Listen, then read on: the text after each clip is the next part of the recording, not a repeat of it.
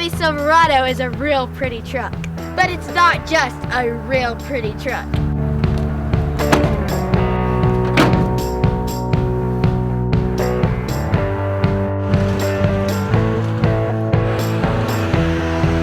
Get a real truck. Get a Chevy Silverado. Visit jackburford.com 24/7 and be sure to subscribe to the Jack Burford Chevrolet YouTube channel. Hope you're able to stay in today. I know here we've been doing our best to stay warm, but are still getting you the headlines you need to know for your daily afternoon news brief.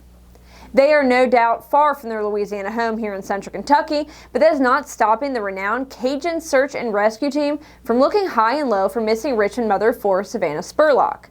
WBON-TV spoke to Team Commander Tony Wade, who gave us all the details from the recent recovery of Cynthiana woman Emily Wade, who was unfortunately found dead in Texas due to apparent drowning, but also what they're currently on the ground doing here in Madison County for Spurlock. Although Wade says the Arctic blast today has made them run to some roadblocks, they're putting their heads together, and they have plans to regroup to find the missing mother.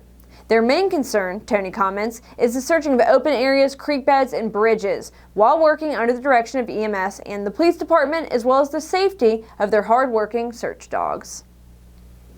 A former employee of the Richmond Meijer is now in custody and sentenced to 5 years for theft by unlawful taking by the Madison County Circuit Court.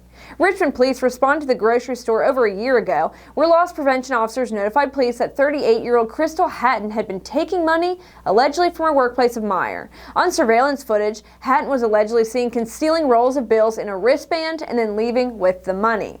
Numbers were allegedly manipulated in the computer system to try and compensate for the amount of cash that Hatton had allegedly taken. According to a written statement from Hatton, as well as the surveillance footage, she had pocketed over $15,000 over the course of 5 months because she claimed that her home and children were threatened.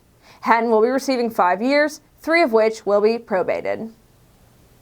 And a 12-year-old is now dead in Pulaski County following a house fire in Science Hill. According to officials, the fire began around 4 a.m. on Keeney Road. The father, mother, and 5-year-old daughter did make it out of the home safely, but tragically, the 12-year-old son ran back in to rescue the family dog and did not make it out.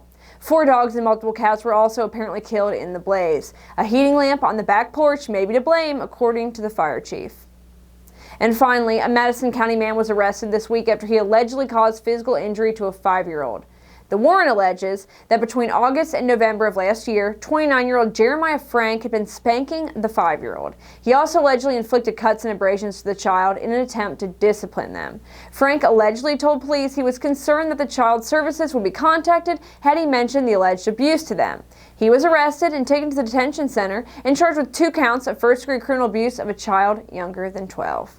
For more stories such as these, be sure to visit Richmond's very own WBONTV.com. I'm Marissa Hempel.